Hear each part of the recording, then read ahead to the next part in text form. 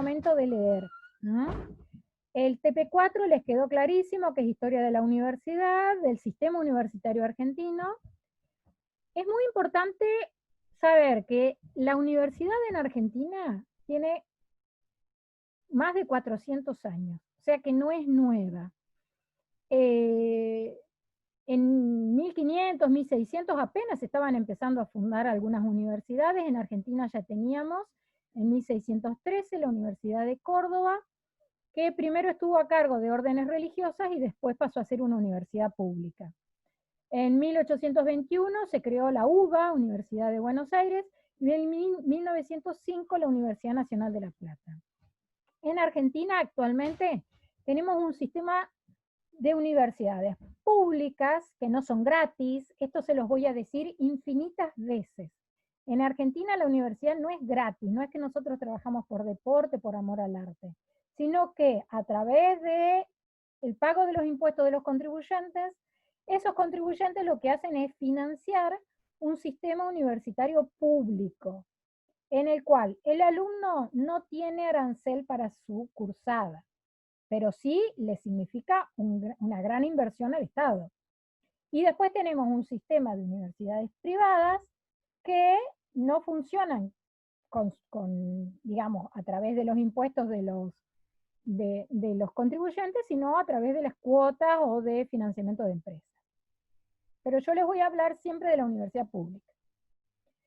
Una cosa muy importante que ocurrió también para la universidad pública, esto no está en los textos, pero les va a servir para entender por qué la reforma universitaria, ¿sí? En 1885 se hizo la primera ley de educación superior, y en esa primera ley de educación superior que se hizo en el gobierno de Avellaneda, ya se indicó que las universidades tenían cierta autonomía, que podían elegir sus autoridades, que ya tenían asambleas, consejos superiores, o sea que ya tenían su formato bastante parecido al que ahora van a encontrar en las universidades, que ahora se los voy a explicar. Pero no legislaba sobre cuestiones que tenían que ver ni con la innovación académica ni con el tipo de clases que se daban. ¿Qué es lo que pasó? En 1918, en la Argentina, había 3 grandes universidades y 2 más chiquitas en formación, que era la de Litoral, que está en Corrientes, y la de Tucumán. Pero vamos a hablar de la Universidad Nacional de Córdoba, que es donde surge la reforma universitaria. De las universidades que estaban en ese momento bien formadas, la más nueva era la Universidad de La Plata, que había nacido junto con la fundación de la ciudad de La Plata y era bastante innovadora.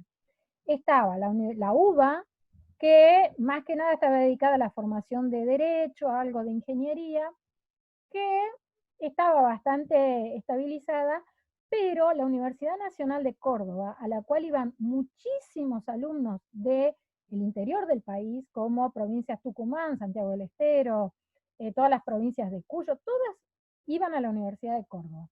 Así que había muchísimos alumnos que eran hijos de inmigrantes y que utilizaban los recursos que les daba la universidad para poder alojarse.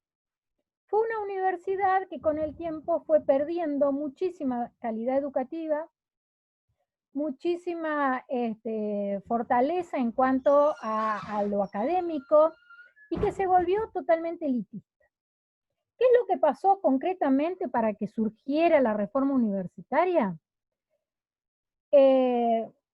La gente que manejaba en ese momento la universidad, muy elitista, cerró un alojamiento que se le daba a los alumnos del interior.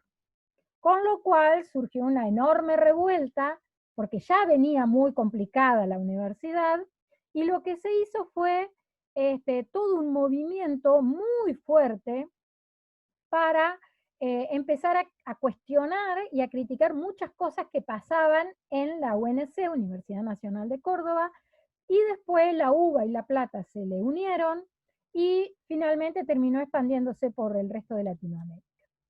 Lo que más cuestionaban los alumnos era la autonomía universitaria, o sea, que el gobierno de la universidad nunca podía estar por ley, por la ley de Avellaneda, nunca podía estar atada a las cuestiones políticas partidarias, sino que tenía que tener autonomía.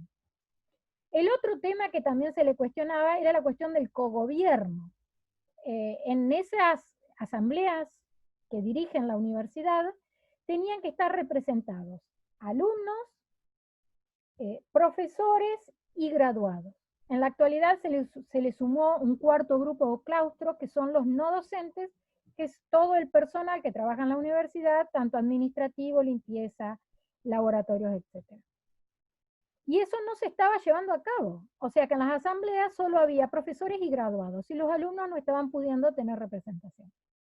Lo otro que también se le cuestionaba es que la universidad se había transformado en un sistema totalmente cerrado y que no tenía conexión con el mundo exterior, que no se concursaban las cátedras, sino que se accedía a las cátedras por designación, a dedo, no había concursos y tampoco tenían un límite. Entonces, vos, a ver, Nicole, eras hijo del profesor de economía, bueno, como vos eras hija, entonces, ¿sabes qué? Te doy mi cátedra. Ocurrían cosas de ese tipo que eran absolutamente impensadas. Además, no había innovaciones tecnológicas. Imagínense 1918, toda la innovación tecnológica que había ocurrido desde 1850,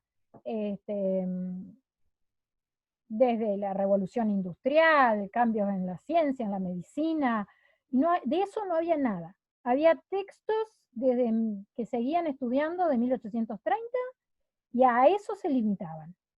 Y el otro tema que también cuestionaban era el tema de concurso y oposición antecedentes en los exámenes para llegar a las cátedras. Concretamente lo que pedían era modernización científica de las cátedras, gratuidad, que no hubiera ningún arancelamiento porque ya era parte de lo que era la educación argentina, ya había ocurrido la ley de Sarmiento, que decía que la educación primaria y secundaria podía ser pública, no arancelada, y se pedía para la universidad lo mismo. El cogobierno, es decir, poder que los alumnos también participaran del gobierno universitario y la autonomía universitaria con respecto a los poderes políticos. Esto fue muy importante. Lili, tengo una duda, disculpa que te interrumpa. Interrumpen. La duda es que si usamos los 4 textos más este PDF o no. Si usas el PDF, perfecto. Yo lo que te estoy dando son los Genial. antecedentes de lo que vos vas a leer. Esto lo que yo te estoy dando es un poquito de letra para que vos entiendas. Esto está en los textos, pero está insinuado. Si lo usás, perfecto. Genial. Si usás esta información, mencionala. Mencionala y tiene la cátedra, será presentación, cátedra, introducción a la universidad. Porque todo esto parece, pero como no los veo para poder ayudarlos, prefiero así darles la información general. Estos reclamos de los estudiantes no fueron atendidos por la asamblea, se armó flor de lío. Ahí tienen en el texto de la reforma universitaria unos alumnos subidos al techo. Imagínense 1918, que era una sociedad que estaba bastante complicada por los temas gremiales, anarquistas, bueno, se empezó a sumar. Y para peor, todo el Consejo Superior dice que no iban a aceptar ninguna solicitud. Armaron una huelga, los trabajadores, que muchos eran padres de estos chicos que estaban estudiando, se sumaron hasta que interviene el gobierno nacional, que era de Hipólito Yrigoyen. En conclusión, se interviene la Universidad Nacional de Córdoba y se modifica la Ley de Educación Superior, incorporando estas solicitudes por decreto a la ley nacional. O sea que la reforma fue exitosa. Después, el párrafo este que les pongo acá, que durante los gobiernos posteriores hubo interrupciones o modificaciones, porque, por ejemplo, en 1947 se hizo una ley de educación superior, pero que modificaba muchas cuestiones de la reforma y que se incluía como un carácter más político. Después eso se dio de baja, se volvió a la ley anterior. Durante los gobiernos militares se suspendieron los centros de estudiantes y la posibilidad de los claustros y de la autonomía universitaria.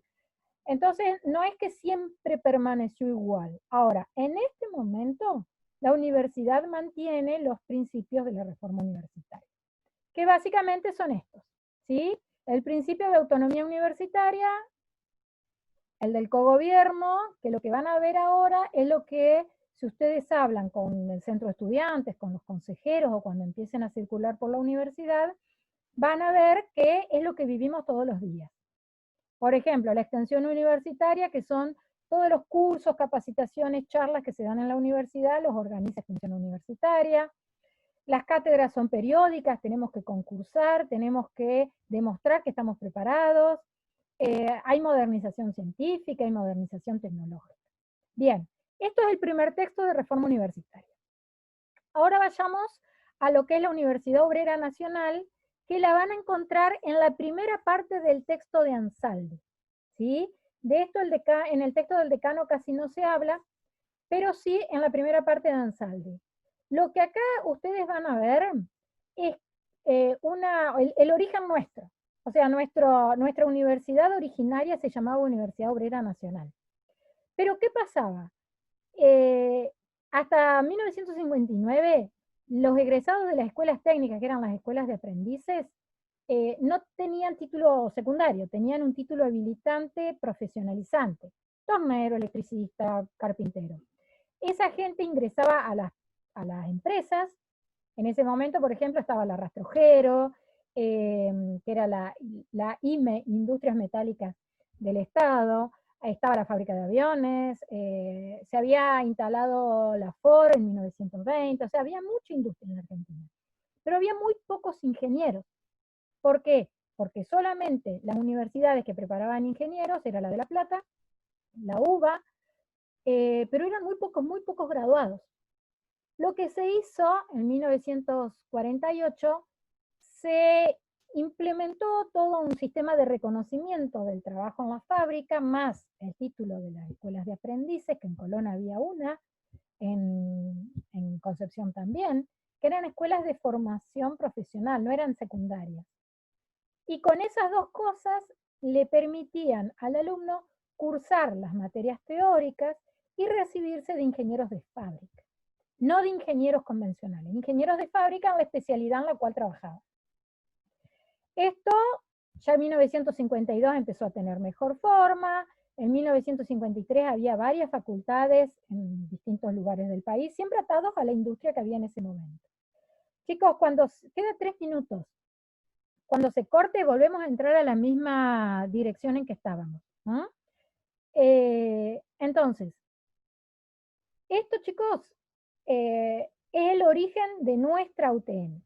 ¿Qué pasó? 1955, cae el gobierno de Perón y se le empiezan a producir cuestionamientos a la Universidad Obrera porque, es cierto, por un lado, tenía una alta carga política en los cuestionamientos que se hacían, pero por el otro lado, no respondía a la Ley de Educación Superior. ¿Qué es lo que pedía la Ley de Educación Superior para ser estudiante universitario? El título de bachiller. Y eso la UON no lo pedía. Entonces estaba fuera de las reglas. Los estudiantes hicieron una gran movilización durante varios años y lograron que no cerraran la Universidad Obrera Nacional. En 1959 se termina de resolver el problema con dos cosas. Por un lado, las escuelas de aprendices se transforman en las escuelas técnicas y les entregan título universitario para poder cursar en cualquier universidad del país. Y la Universidad Obrera Nacional se transforma en una Universidad Tecnológica Nacional y dejan de entregar esos títulos que eran ingenieros de fábrica para entregar los títulos convencionales que tenemos ahora, ¿sí? Desde ingeniero civil, electromecánico, no había ingeniero en sistema, pero sí, por ejemplo, había ingeniero electrónico, eso ya había.